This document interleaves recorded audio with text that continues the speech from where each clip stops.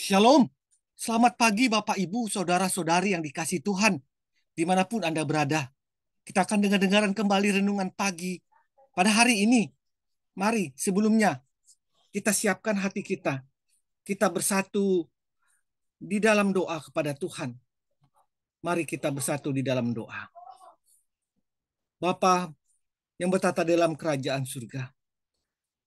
Terima kasih Tuhan untuk kasih karunia-Mu, untuk penyertaan-Mu. Hingga pada pagi hari kami diberikan hari yang baru. Kami percaya ada maksud-maksud Tuhan yang terbaik buat kehidupan kami di hari ini. Datanglah Engkau di tengah-tengah kami ya Tuhan. Masuklah Engkau dalam hati kami, dalam roh kami, seluas-luasnya. Agar apa yang kami pikirkan, apa yang kami katakan, serta apa yang kami lakukan Bapa, tidak mengecewakan hati Tuhan. Di dalam nama Tuhan Yesus Kristus kami berdoa. Amin. Baik, Bapak Ibu yang dikasihi Tuhan, judul kita pada pagi hari ini adalah kehidupan yang bermakna. Kehidupan yang bermakna.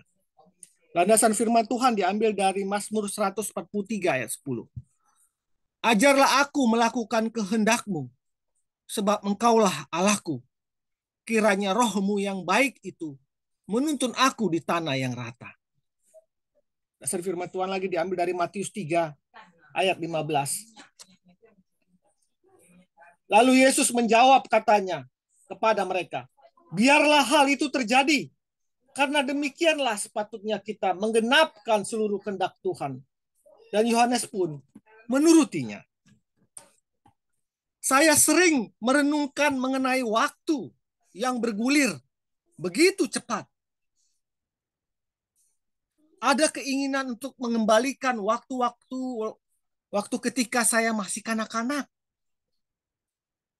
Bahkan pada waktu saya masih SMA atau masih kuliah. Saya bersyukur untuk keadaan saya sekarang, untuk apa yang saya sudah capai. Namun, jauh di hati kecil saya ada perasaan sedih karena hari-hari yang terus berjalan begitu cepat, berjalan semakin mempersingkat hidup saya di dunia ini. Saya percaya bahwa keindahan dan sukacita hidup di surga memang tidak dapat dibandingkan dengan apapun yang ada di dunia ini. Tetapi saya masih ingin hidup. Saya masih ingin hidup 1000 tahun lagi. Saya ingin masih banyak mau melakukan hal-hal. Baik itu pekerjaan Tuhan, baik itu pekerjaan keluarga, pekerjaan pribadi saya, dan masih banyak impian-impian yang belum tercapai. Masih ingin membesarkan dan mendampingi anak saya, sampai saya ingin melihat dia menikah dan mempunyai cucu, ingin menghasilkan banyak karya, dan lain-lain, dan lain-lain. Kesedihan saya semakin bertambah ketika suatu hari suami berkata, kita harus mulai memikirkan masa tua yang akan kita lalui di kampung saya nanti. Jangan katakan itu dulu. Saya masih ingin melakukan banyak hal, kata saya. Saya belum mau menjadi tua, jawab saya.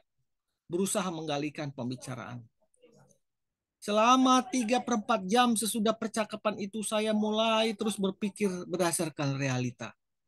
Saya sadar bahwa tidak seorang pun yang berkuasa menahan dan mengembalikan waktu yang sudah berlalu. Juga tak seorang pun yang bisa menghindari dari masa tua dan kematian. Bahkan kematian itu tidak harus menunggu masa tua, karena ajal bisa menjemput kapanpun. Saya menarik nafas panjang, berusaha menemukan sesuatu yang akan membuat hidup ini lebih bermakna lagi, walaupun singkat. Agar ketika masa tua datang, atau kematian menjemput, saya sudah siap dan tetap merasakan kedamaian.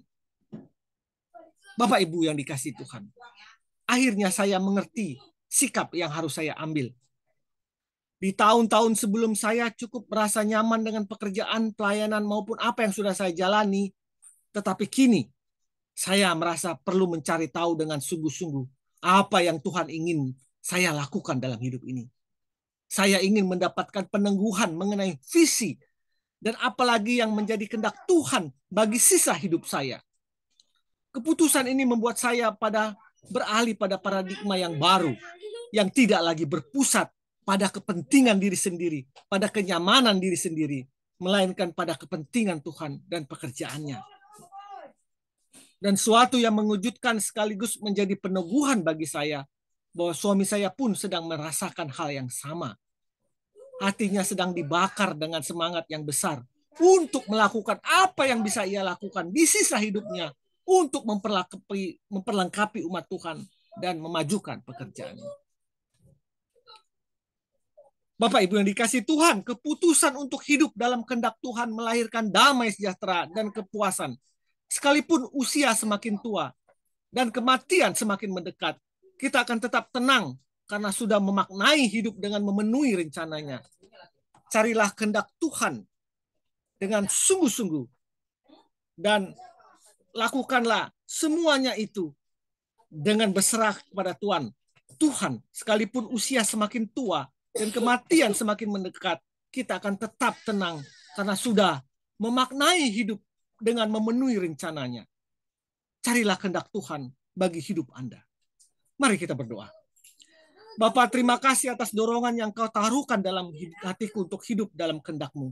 Teguhkanlah visimu dalam hidupku. Dalam nama Tuhan Yesus. Amin. Makna hidup sesungguhnya tidak diukur dari materi, melainkan ketika hidup kita dalam rencananya. Selamat pagi, selamat berkarya. Tuhan Yesus memberkati. Amin. Amin. Amin. Amin. Amin.